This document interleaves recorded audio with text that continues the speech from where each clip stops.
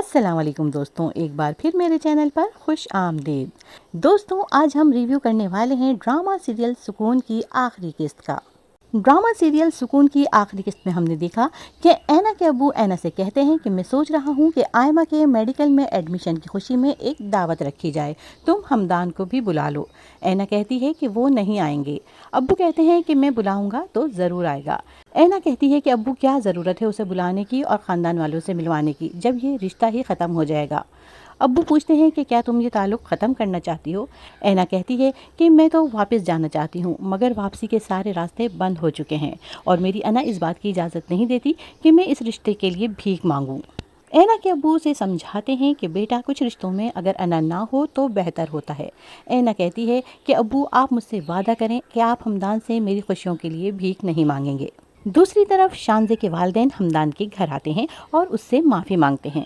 شانزے کی موم کہتی ہیں کہ ہم نے تمہارے ساتھ بہت غلط کیا ہے، بجائے اس کے کہ میں تمہاری اچھائیوں کو تسلیم کرتی میں نے تمہیں بہت برا بھلا کہا ہے، میں تمہاری مجرم ہوں، مجھے معاف کر دو۔ شانزے کے والد کہتے ہیں کہ میں چاہتا ہوں کہ تم واپس آفس جوائن کر لو، لیکن حمدان کہتا ہے کہ میں کسی اور کمپنی کے ساتھ 2 سال کا کانٹریکٹ کر چکا ہوں، انہوں نے مجھے نیا گھر بھی دیا ہے اور میں وہیں پر شفٹ ہو رہا ہوں۔ لیکن رضا اور شانزے کی موم اسے ایسا کرنے سے منع کرتے ہیں اور شانزے کی موم کہتی ہیں کہ اب تم اینا کو بھی واپس لے آؤ، میں اس کا ماں کی طرح خیال رکھوں گی۔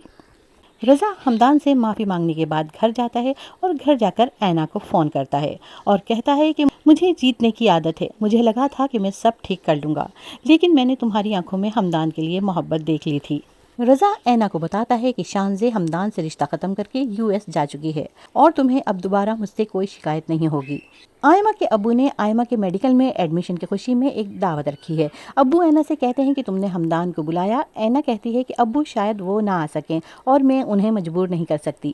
اچانک پیچھے سے حمدان آ جاتا ہے اور کہتا ہے کہ اس کی ضرورت نہیں ہے اینا، میں تمہیں کبھی مشکل میں نہیں دیکھ سکتا۔ اینا حمدان کو وہاں پر دیکھ کر حیران ہو جاتی ہے۔ اینا کی والدہ کہتی ہیں کہ اینا یہ ہماری طرف سے سرپرائز ہے۔